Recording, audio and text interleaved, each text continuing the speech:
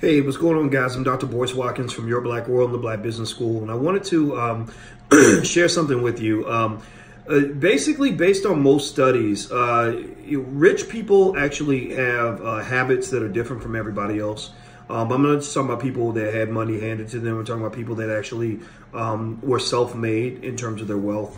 Habits are everything in terms of what you end up with. If you give all your money away, you're not going to have any money, etc. And one of the things I wanted to make sure you understand about wealth and making money, which is in contrast to what you typically hear in the media, where they almost make it look like it happens by magic or happens by luck, or it depends on which politicians are in office, is most wealthy people, about 90% or more, they are investors in terms of how they build their wealth. Most of them invest in real estate, and a large percentage of them invest in the stock market. So, me, I'm a finance professor. You guys know that. And when we looked at the difference in the gap in wealth between middle class and upper class, that gap was almost entirely described or defined by stock market participation, whether you participate in the stock market. The gap between the poor and the middle class was mostly defined by real estate participation. So basically, rich people tend to invest in stocks and bonds, and stocks and bonds and real estate. And then a lot of them become entrepreneurs. That's how they make insane amounts of money. Middle class people are homeowners, right? That's how they build their wealth. Poor people don't, unfortunately, invest in anything, either because they can't or because they chose not to. It all depends, right? There are some people who start middle class and end up poor because they give everything away. There are some people who are poor who had opportunities to rise up, but instead spent their money on, disposable things, food and shoes and stuff like that. I mean, and this isn't blaming the poor for their condition, because it becomes a very political conversation, which I think is inherently disingenuous and unfair to those who are really trying to understand how to solve the problem. But the conversation is one that we tend to have in a way where we're not blaming the poor, right? We're not making them, but the flip side of saying we don't want to blame the poor is to say that we want to convince the poor that their condition has nothing to do with their actions. And that would be a lie too. That's a lie. That's sort of a double lie, right? It's a lie to blame the poor for the conditions of America in terms of how economics is done in this country. But it's also a lie to tell the poor that because you're not to blame, you have no responsibility, no accountability, no probability, no capability of improving your situation. Like, there's nothing you can do, just depend on us politicians to come and save you. And that's a very dangerous mindset to have, and a mindset that just does not work. So what I tend to say is, I tend to maybe tell poor people, like, look, it may not be your fault that you were born poor. It's not your fault maybe that the world is what it is. But the question is, when you get money, what do you do with that money? When you get that money, what percentage of that money do you invest?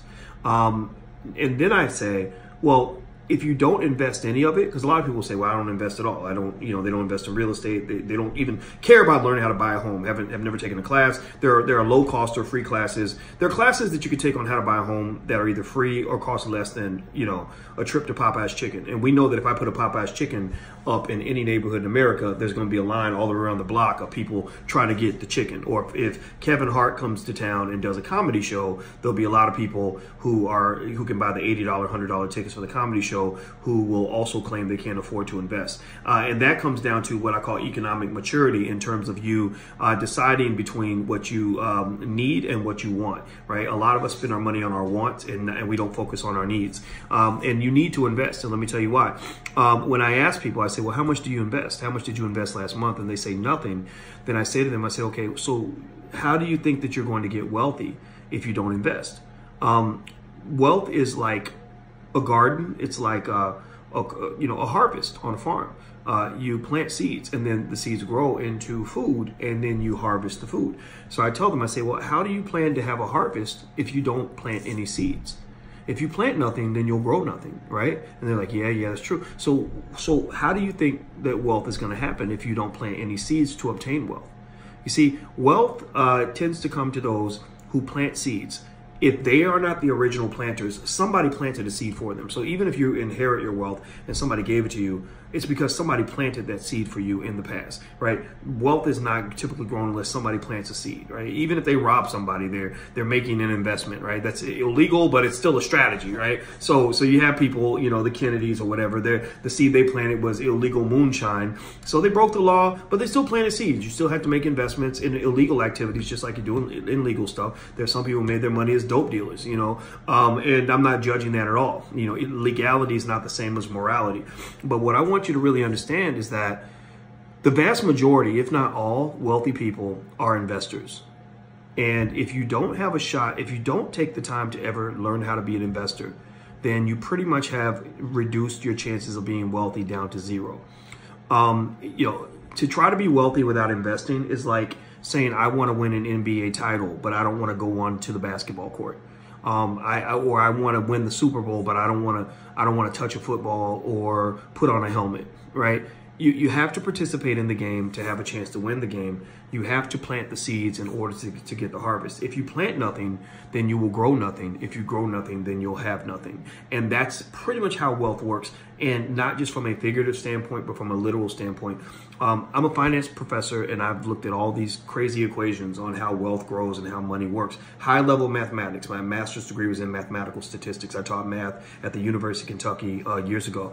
And most of the equations that describe how money grows, most of the equations that you use to describe how people build wealth are actually taken out of biology. So the same equations that describe how a watermelon seed grows into a watermelon, or how a tree that is planted grows into a big sycamore, are the exact same equations used to describe how a tiny amount of money grows into a large amount of money. And based on other factors like time, the amount of time you allow the seed to grow, how much you water the seed, things like that. So I want you to ask yourself this important question. What seeds are you planting in your life on a regular basis?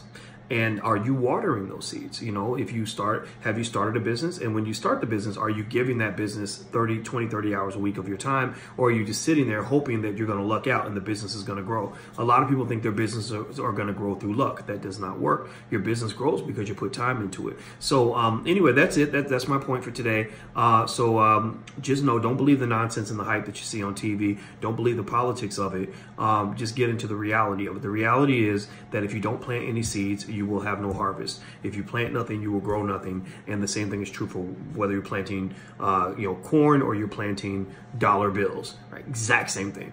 Okay, so I'm out of here, guys. If you want to learn more about wealth building, stuff like that, you can actually sign up for my stock market investing class. It's really popular. A lot of people like it. It only costs you about $3 a day. You can go to theblackstockmarketprogram.com. That's theblackstockmarketprogram.com. Please hit the thumbs up button, share button, subscribe button, like button, share this video with your family, because we're trying to push upon black folks that, and not just black folks, just anybody who's watching, that if you want to get ahead, you got to push yourself ahead, and we have opportunities. We just have to use them. So I'm out of here. Have a good day. I'll see you soon. Bye-bye.